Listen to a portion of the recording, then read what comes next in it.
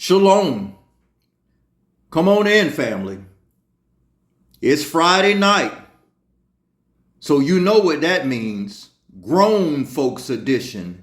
So if you would please, if you have any youth that is under the sound of my voice this evening, I would respectfully ask that you pause this video and clear the room of any young folks that are under the sound of my voice, because tonight we're going to dive deep into adult topics that is not for the tender-eared. Not that I'm going to use profanity or derogatory terms or anything of that nature, but tonight we're going to deal with grown folk topics. According to the Bible and science, one flesh never leaves. The biblical truth on physical relations and soul ties. According to the Bible and science, all women retain the DNA of every sexual encounter they've ever had with men the entirety of their lives. In tonight's lesson, we're going to back this up with science and with scripture. According to the book of Song of Solomon, chapter 4, verse 10 through 12, it states, "How fair is thy love, my sister, my spouse! How much better is thy love than wine, and the smell of thine ointments than all spices. Thy lips, O my spouse, drop as the honeycomb. Honey and milk are under thy tongue, and the smell of thy garments is like the smell of Lebanon. A garden enclosed is my sister, my spouse, is a spring shut up, a fountain that is sealed." So the Bible or the scriptures refer to a woman on her wedding night as a pure, untouched fountain of water. Let's get some commentary on this to verify what I just said according to Google. And in tonight's lesson, I have several powerful video clips that will be included into this evening's lesson. So stay tuned. And before I forget, family, let me say this right off the top. Tonight's lesson is not about and will be not about attacking any woman or condemning any person whatsoever. Tonight or this evening's lesson is understanding covenant, soul ties, forgiveness, healing, and what the scriptures truly teach about marriage, divorce, and becoming one flesh. We're going to look at both scriptures and science about physical intimacy and spiritual connections. Many people enter relationships without ever knowing the extreme seriousness of becoming one flesh. So this lesson is not about shame. It is about truth, repentance, wisdom, healing, restoration, and returning to the law, statutes, and commandments of the Most High Yahuwah Elohim.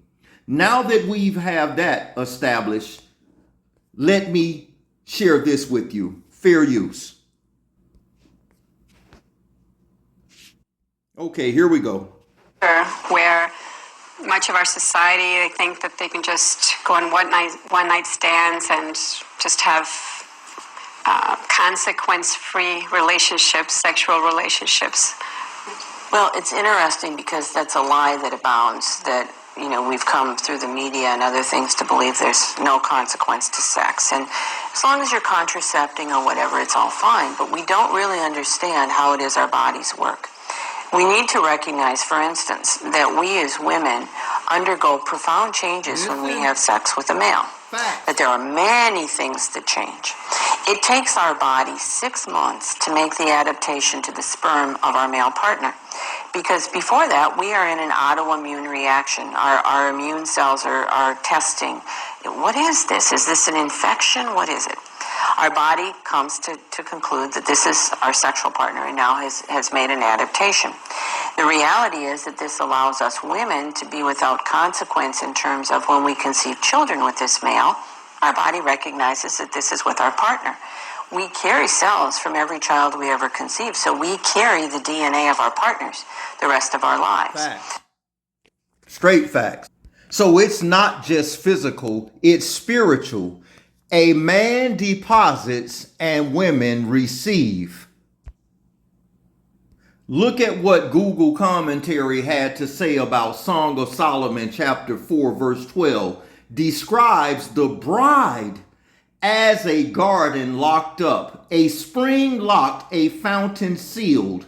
Commentaries generally interpret this metaphor as a celebration of sexual purity, exclusivity, and the sanctity of marital intimacy, highlighting that the bride's love and body are reserved solely for her husband. A garden enclosed or locked, just as an enclosed garden is separated, protected, and private, the bride is praised for her chastity and modesty. Her physical and emotional affections are shielded from public access and reserved exclusively for her beloved.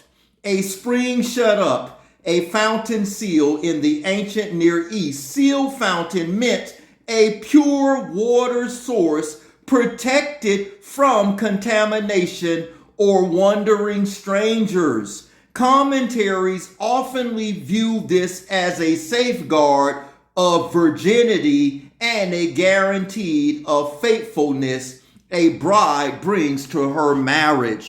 So it symbolizes a woman as a pure spring of water that is not contaminated by any strangers outside of her husband. And I know, ladies, that men do wrong. Yes, men sin, men do wrong. But all men want to look at their Isha, their wives, their Gune, as a pure spring of water that has never been touched by any man. And we know because we were never taught the truth about biblical marriage, that 97 to 98% of the people in the world are not in this category because they were never taught the truth about biblical marriage. But it's like this pure spring of water. We go to the store and we buy bottled water and spring water and mountain water, as opposed to getting water out of our sinks, because we buy it from the store, mountain or spring water, and spend vast amounts of money on this water annually because we deem it pure. And this is the same way that a husband wanted to look at his Isha, his Gune, his wife, as a pure spring of water untouched by any man. You see, because men deposit and women receive. If you saw a pure body of spring water and you saw a multitude of animals urinate in this water, would you still want to buy it or drink it? No.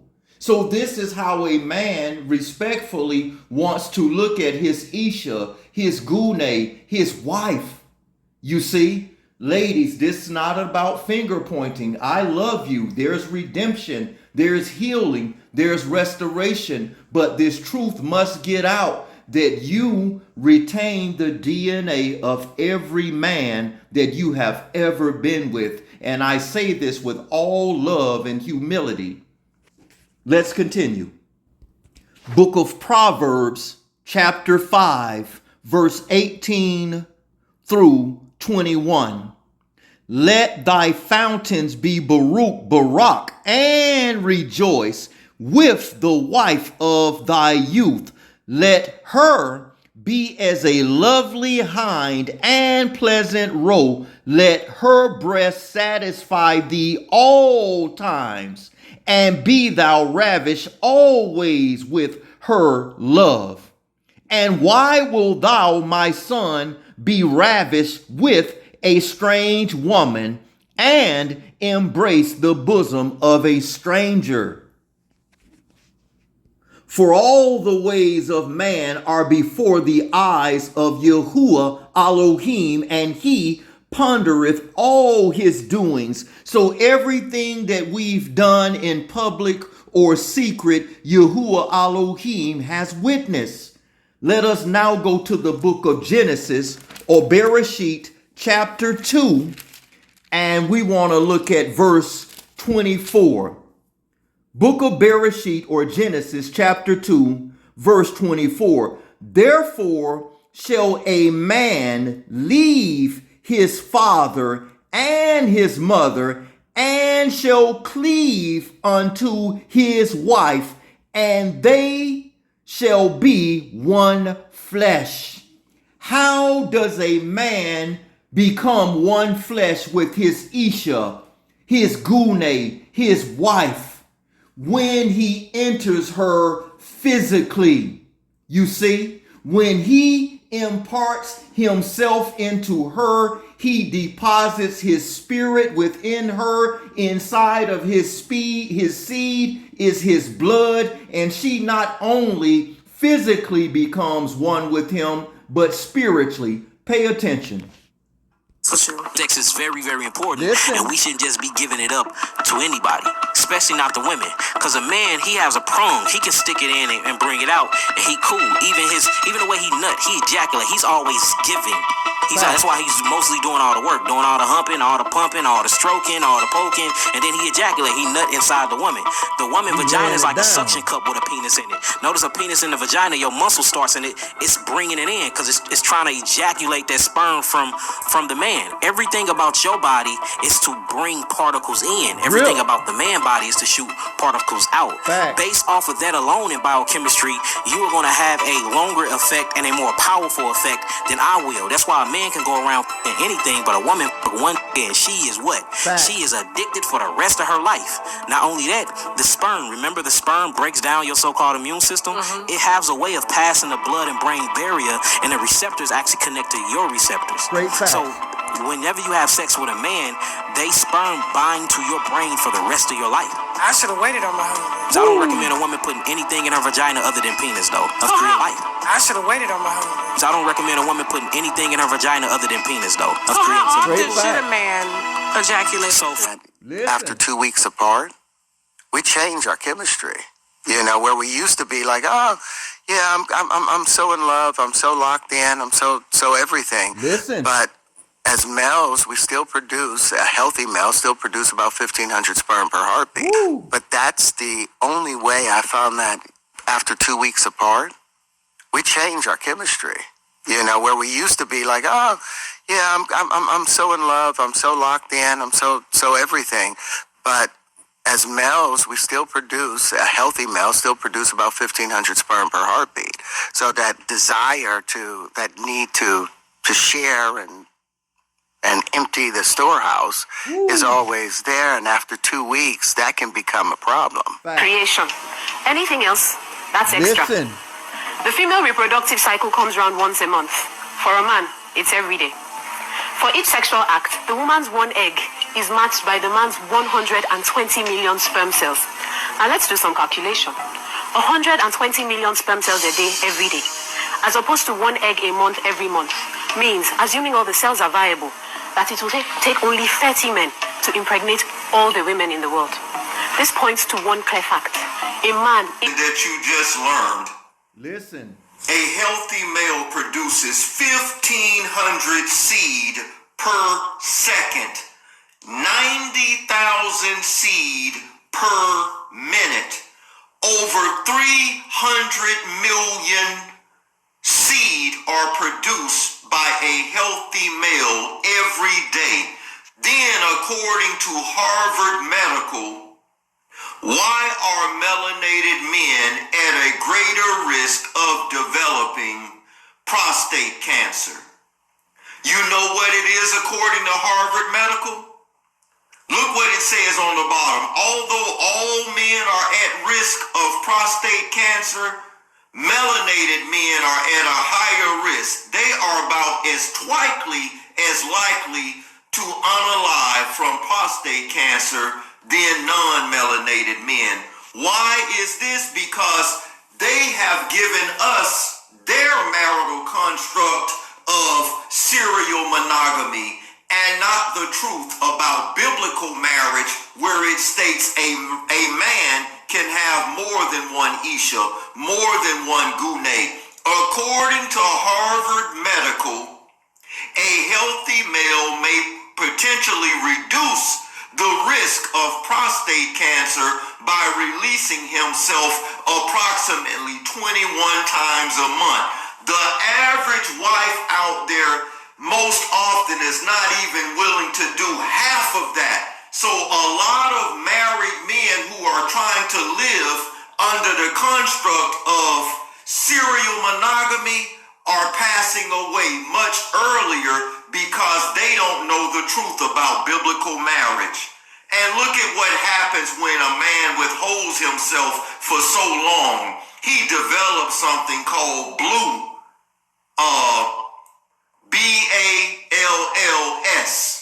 And that's when he's withholding himself or not doing something on a regular basis, and he begins to have pain in his groin area. Many married men suffer in silence because of these things, because they don't know the truth about biblical marriage.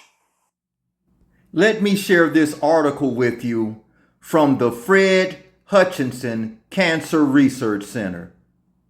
And this is a shorter version. They originally had a long form version, and I didn't find it right away. But nevertheless, Fred Hutchinson Cancer Research Center finds male DNA in women's brains. Research in Dr. Lee Nelson's lab is the first to show the frequency of male microchimerism in female brains. Further study is needed to determine medical implications. No further study needs to be done because Yahuwah Elohim states in Genesis 2:24, they two become one flesh. So we're just coming from a scientific perspective, but the scriptures already validated this from the very beginning. And it says, while medical implications of male DNA and cells in brains are unknown, studies of other kinds of microchimerism, the harboring of genetic material and cells that were exchanged between a fetus and mother during pregnancy,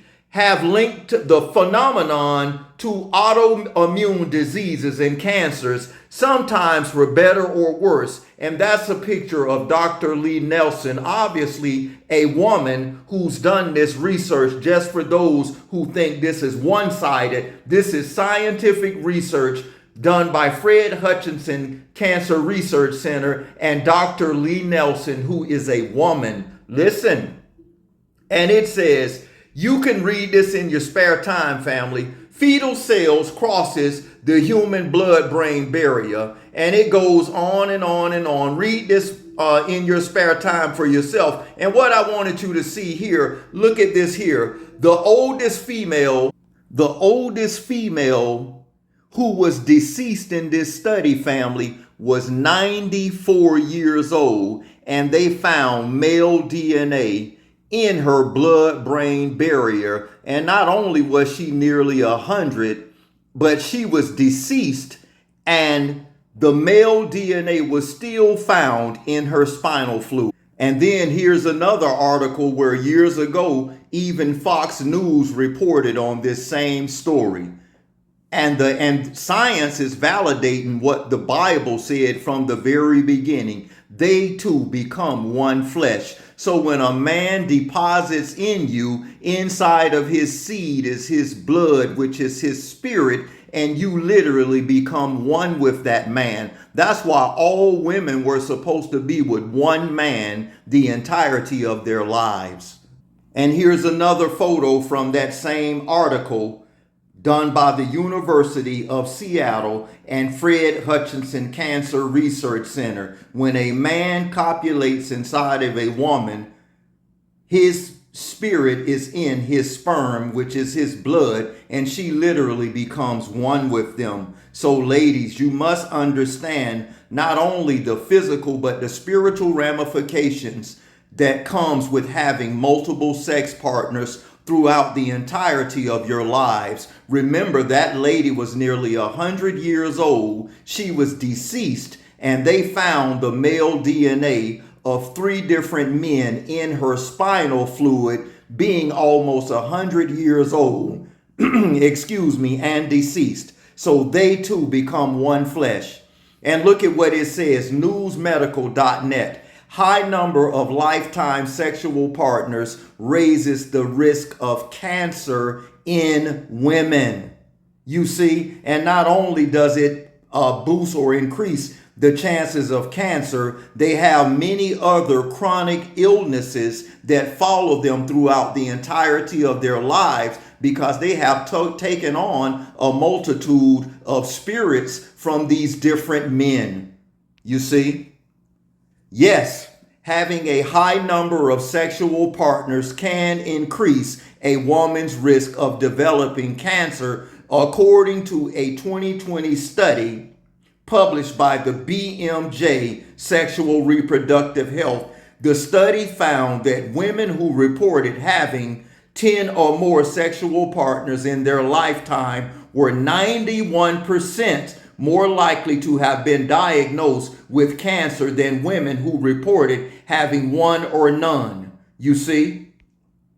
So you must enter, and understand, ladies, the seriousness of allowing multiple men to become a part of you. It's not just temporary, it is for life. They too become one flesh. There's more. Let's continue. Let's go to the book of Deuteronomy, or Devarim, chapter 22, verse 13. Book of Devarim, or Deuteronomy, chapter 22. Let's look at verse 13.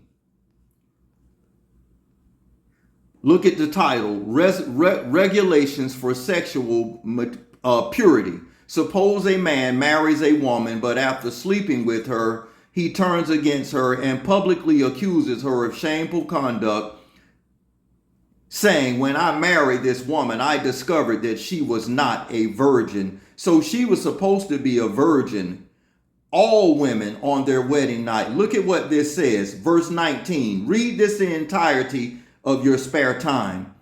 Verse 19 states, they must also fine him 100 silver pieces of silver, which he must pay to the woman's father, because he publicly accused a virgin of Israel of shameful conduct. The woman will then remain the man's wife, and he may never divorce her. But suppose the man's accusations are true, and he can show that she was not a virgin, then the woman must be taken to the door of her father's home, and there the men of her town must stone her to death, for she has committed a disgraceful crime in Israel by being promiscuous while living in her parents' home. In this way you will purge this evil from among you. It is sad to say in modern day times, because we have not been taught the truth about biblical marriage, 97 to 98% of the women in the world are not virgins on their wedding night because they have never been taught the truth about biblical marriage. They think going to a church house or a courthouse is marriage, when that's the furthest thing from the truth. They don't know that marriage licenses were invented by the Greco-Roman European Gentiles, the Church of England, in the year 1100. Google this. Marriage licenses were invented by the Gentiles, the Church of England, over 1,100 years after the New Testament was written and completed. No one in the entirety of the Bible ever got a marriage license. It's not scriptural. It is man-made. That's why in the book of Bereshit, or Genesis 38 verse 2, there he saw a Canaanite woman, the daughter of Shua, and he married her when he slept with her. So physical relations, according to the Bible, is marriage. And you were supposed to stick with that man all the days of your life. You see, that's the truth about biblical marriage.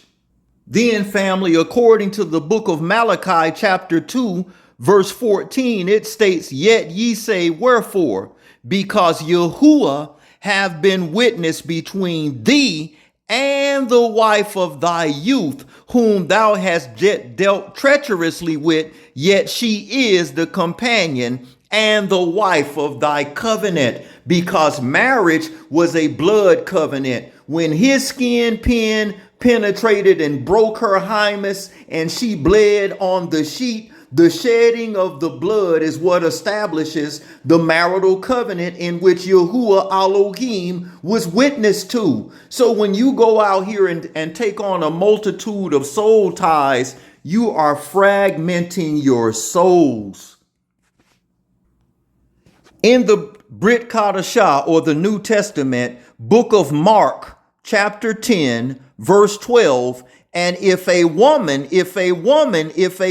shall put away, separate, leave from her husband, and she be married to another, she committeth adultery." As long as your husband was alive, you were not to go out here and allow another man to put his seed in you.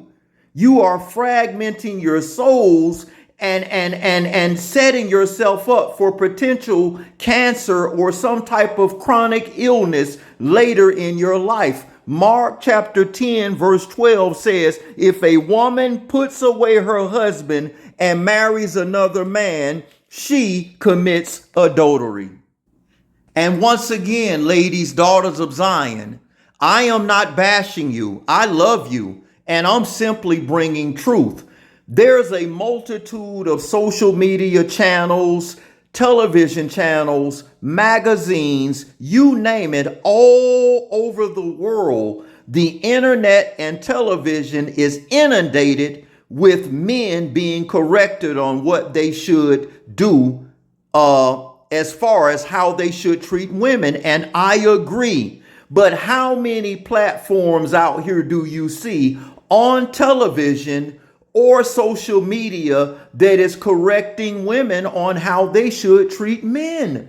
You don't see it. So it's unfair and it's unbalanced. And in this ministry and on this channel, I am trying to the best of my abilities with the scriptures and the indwelling of the Ruach HaKodesh, what they call Holy Spirit, bring balance and hold men and women both accountable.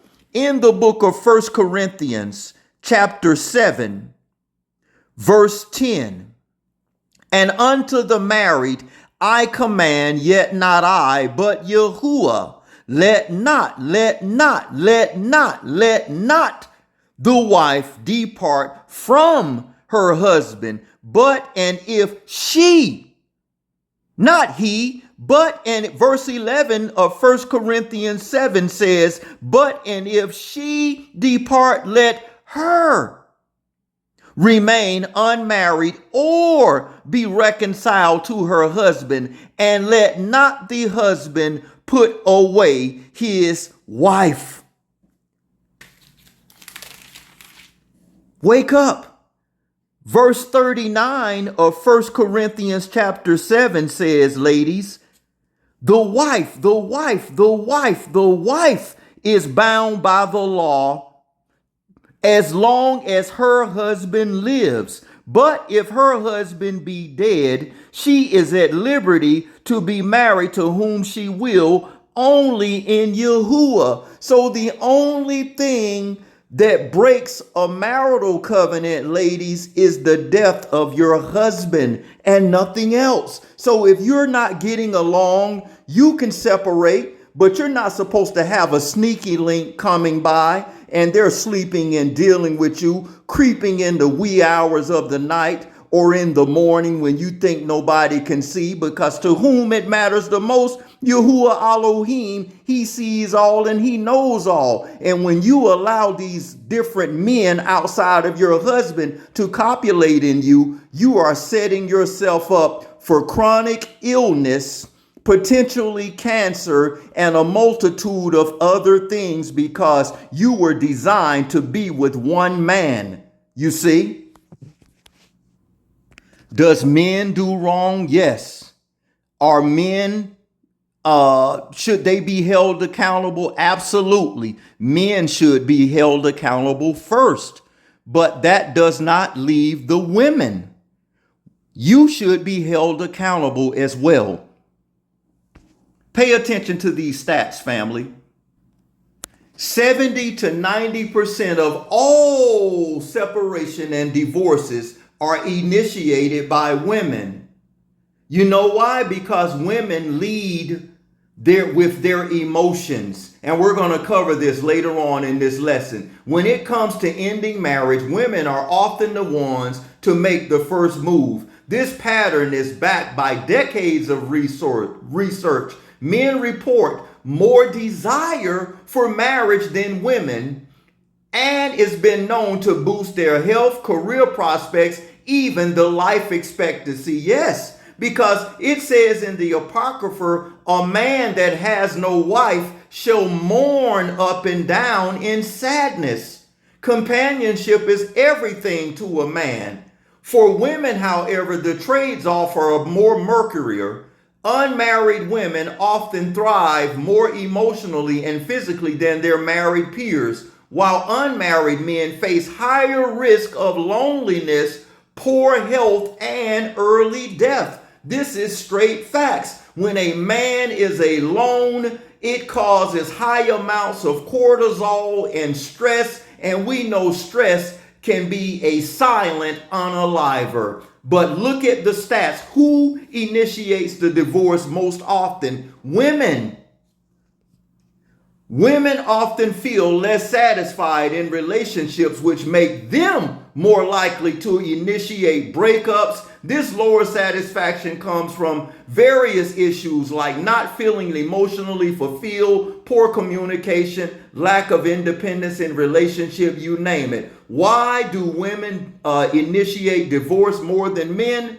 Women are more prone to sexual boredom in long-term relationships due to several factors, including societal conditions that prioritize intimacy over physical pleasures, relationship dynamics where women take on more caretaking roles, and desire for novel experiences that often discourage women.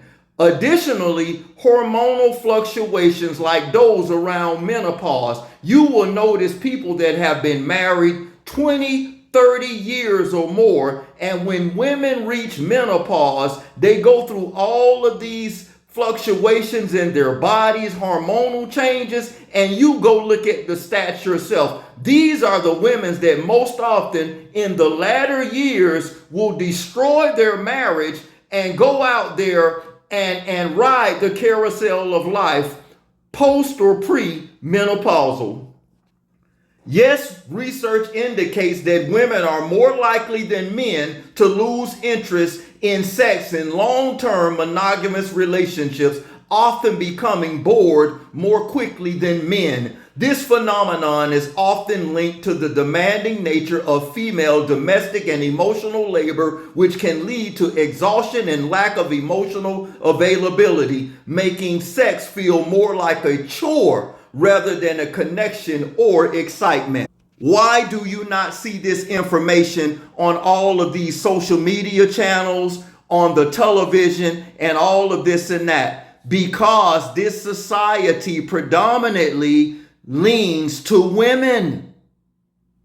And it's not equal. We got to hold one another equal in accountability. Women get bored quicker than men, and 70 to 90% of all separation and divorces are initiated by women because they won't admit this fact here. They get bored.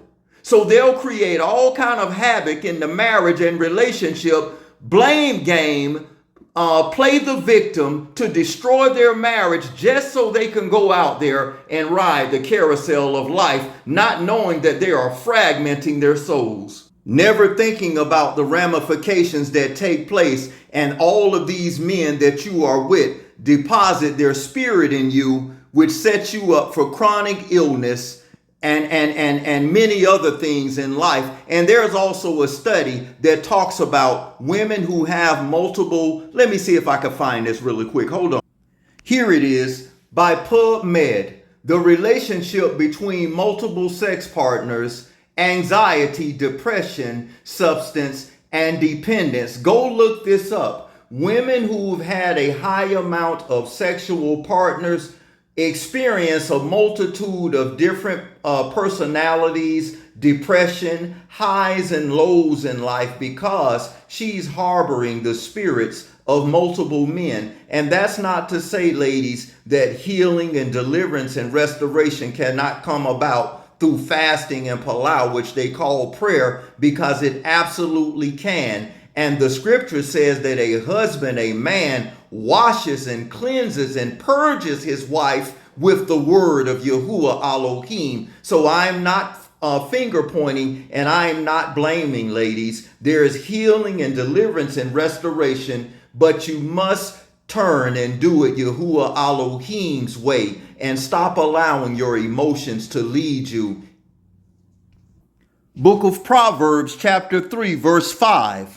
Trust in Yahuwah Elohim with all thine heart, and lean not into thine own understanding. In all thy ways acknowledge him, and he shall direct thy path. Not your emotions and not your feelings. Turn to the scriptures. Turn to Yahuwah Elohim. There are a lot of emotionally broke women out there. And I can even tell I was raised by a very strong father who did not play the radio, who was in my life all the days of my life. From my childhood all the way up till I was a full grown man. And even when he passed away just several years ago, my father was in my life. And he and I would talk all of the time. And I could even tell, and I say this with all love and respect, but I do not bite my tongue. I can tell men who have been raised by single mothers by the way they talk and how they behave in life, believe it or not. Not only from my own life experience, but because of the wisdom that my father imparted in me, I could always tell by the conversation of a man how he talks and how he behaves that he was raised by a single mother. These type of men here will defend women to the end. Even when they're wrong, they will still defend them because in their eyes, a woman can do no wrong, as if women don't sin just like men. Let's continue. Let me share this next clip with you. Pay attention. And 300 concubines. That means he had more experience with women than any man who ever walked the face of this earth. Yes, King Daoud. And yet, this same man, who was the wisest human being God ever created, sat down and wrote serious, detailed warnings about 5 specific types of women you should avoid. Facts. Not 1, not 2, but 5. If the the wisest man in history felt the need to warn every man about these women, you need to pay attention. Because these women are everywhere around today. Yes. Solomon didn't write these warnings out of assumptions. He wrote them out of personal experience. But before we quickly get into the list, let's be clear. This message is not about disrespecting women. Many men have these characteristics too. Yes, they do. The very same Solomon who warned about dangerous women also celebrated and honored the virtuous woman in Proverbs chapter 31. The first type of woman Solomon warned every man to avoid is the promiscuous woman. Yes. A promiscuous woman is a woman who has no boundaries, And no restraints, and no moral compass when it comes to her sexuality. It is a woman who is willing to give herself to anybody, regardless of who it is. King Solomon described an experience in extraordinary detail in the 7th chapter of Proverbs. He said one day he was looking through his window and observed a young man who lacked understanding walking down a certain street, and a woman came out to meet him. And the Bible specifically says this woman was dressed in the attire of a harlot. And this is a married woman. She had the intention to lure men. But here is the most troubling part. As Solomon continued describing this encounter, he mentioned something very critical that the woman said to this young man, whom she barely knew. Listen. This woman told the young man that her husband, whom she referred to as a good man, has gone away on a long journey. That meant she was married. She had a good man at home. In fact, she herself admitted that her own husband was a good man, and yet here she was, outside at night, dressed provocatively, actively pursuing a total stranger she barely knew, ready to commit adultery the same night she encountered them. And this is what makes a promiscuous woman very dangerous.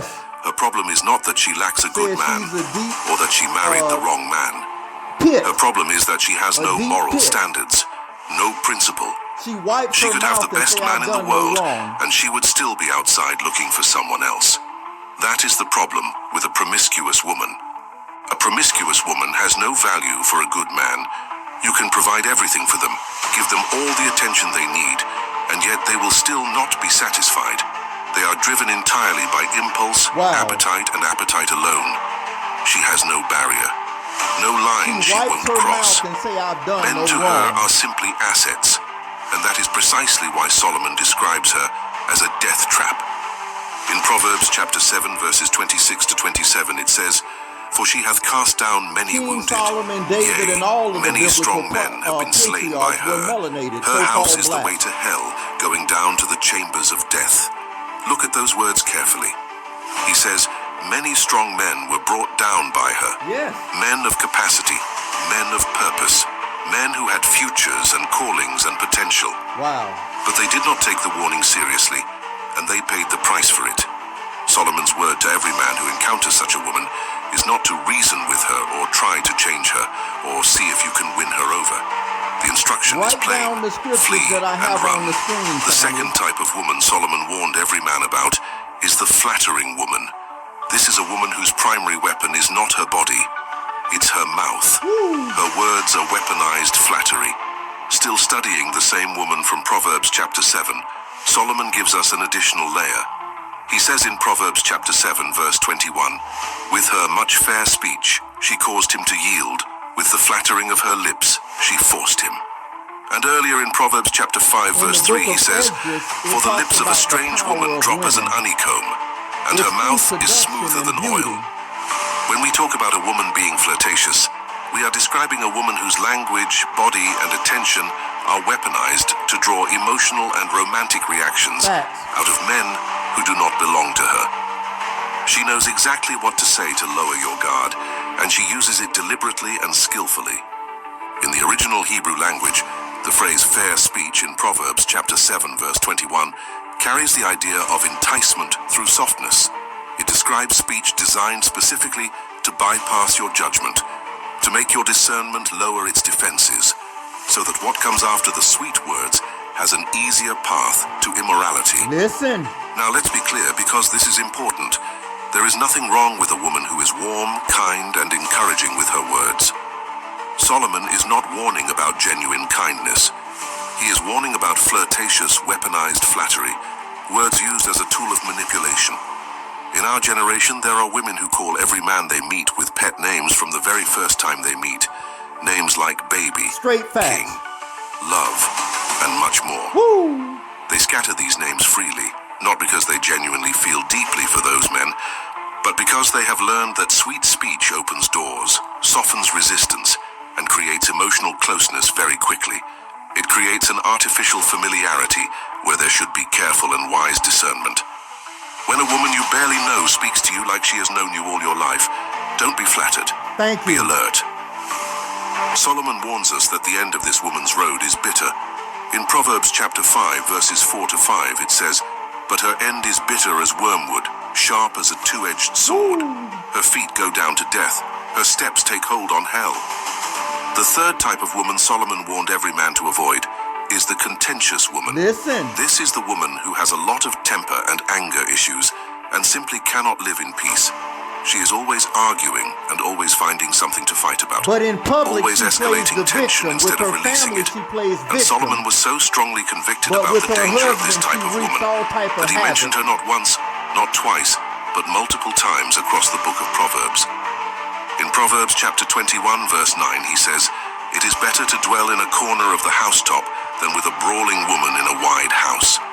Think about that. He said it is better to sit on a rooftop, uncomfortable, exposed to the cold with no shelter, than to live in a spacious, beautiful house with a woman who never stops fighting. The Hebrew word translated as contentious I'd rather comes live from a with root meaning a strife and dragon and a discord. lion than with This a woman loud, does not just contentious cause woman. conflict occasionally, she is conflict personified.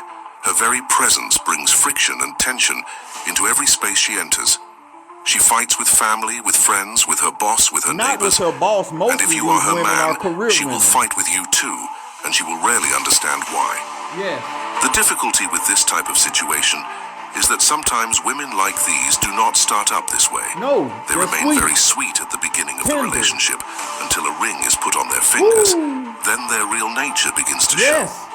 This type of woman is particularly dangerous for men who carry a divine calling. Absolutely. Because the fulfillment of your assignment requires mental clarity, emotional stability, and spiritual focus. Facts. A contentious woman does not destroy your calling in one dramatic moment. She erodes it daily.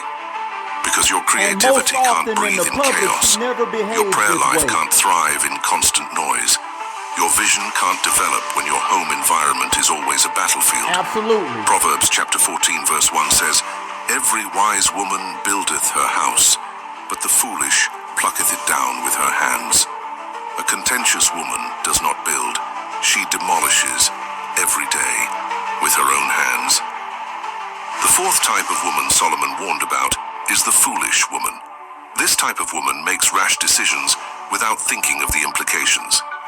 In Proverbs chapter 9, verses 13 to 15, Solomon writes, "A foolish woman is clamorous, she is simple and knoweth Meaning nothing. loud, For she sitteth at the argumentative. door of her house on a seat in the high places of the city, to call passengers who go right on their And the ways." passenger, she tell him, Three come words on in and describe her bitter with water precision. is sweet. She is clamorous, which means she is loud, Yeah. chaotic, excessive, and always needing to be the center of giving her attention. body to She other is men, simple, Proverbs which means 9. not in the sense of humility, but in the sense of being shallow, lacking depth and wisdom.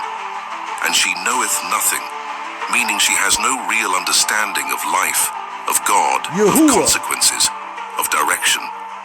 She doesn't know where she is going, and she doesn't know why she's doing what she's doing. What makes this woman so spiritually A young dangerous lady on a video is that I the foolish recently woman saw said a almost demon never made her knows she is argue with foolish. her husband. That is the very nature of foolishness. In Proverbs chapter 12, verse 15, it says, "The way of a fool is right in his own eyes." Yes. That means she is always right even when she clearly knows she is wrong, and even if she later realizes she made a mistake. She won't admit Her it. pride and ego never allow her to admit it. Proverbs chapter 14 verse 1 says again, "Every wise woman buildeth her house, but the foolish plucketh it down with her hands." She is her own demolition crew. Yes. She tears down what she should be building, and she does it with her own hands. Facts. The tragedy is that she doesn't admit she is destroying it. She simply does not have the wisdom to know the difference between building and destroying. Book of Ecclesiasticus, or Sirach, chapter 36, verse 24. He that getteth a wife beginneth a possession. So if I went in unto you and you are my Isha or Ishas, you are my possession, or you are their possession. See, women, their sole purpose, they were created to be a helpmate unto their husband. You see, Sirach 36 and 24, he that getteth a wife, a Isha, a Gune, beginneth a possession, a help like unto himself, and a pillar of rest. You were to be his released, not only physically, but spiritually. You are to be welcoming, inviting, kind. You are his release. You see, his pillar of rest by being gentle and kind. And we all being raised up in this Western hemisphere, in this Babylonian society, not knowing who we are and whose we are, we as men and women have been broken.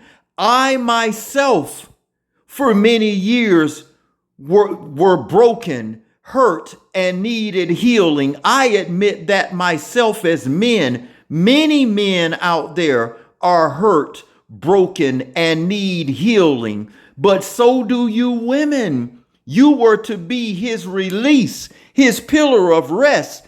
Sirach or Ecclesiasticus 36 and 25. Where no hedge is, the husband is the hedge. There the possession is spoiled. The possession is a man's wife. When a woman runs her husband away, it states that many hands are there. She goes to the world and becomes public property. Where no hedge is, the possession, which is the man's wife or wives, is spoiled. And he that have no wife will wander up and down mourning. A man that is broken and single and alone and has no wife, it has been scientifically proven that he cuts his lifespan short. So men need women and women need men. Family, in closing, remember this lesson is not about condemning anyone, because many of us were never taught these things growing up. The purpose of truth is not destruction. It is to bring about repentance, healing, and restoration and wisdom. Ladies and men, Abba Yahuwah is merciful, and through palau, baptism, fasting, and repentance and obedience, faith, healing, it is possible to become spiritually, mentally, and emotionally cleansed or clean. So let this lesson encourage each and every one of us and the world to honor covenant marriage, seek wisdom before relationships, and understand the extreme seriousness of becoming one flesh according to the scripture. Honor your bodies and the sanctity of marriage.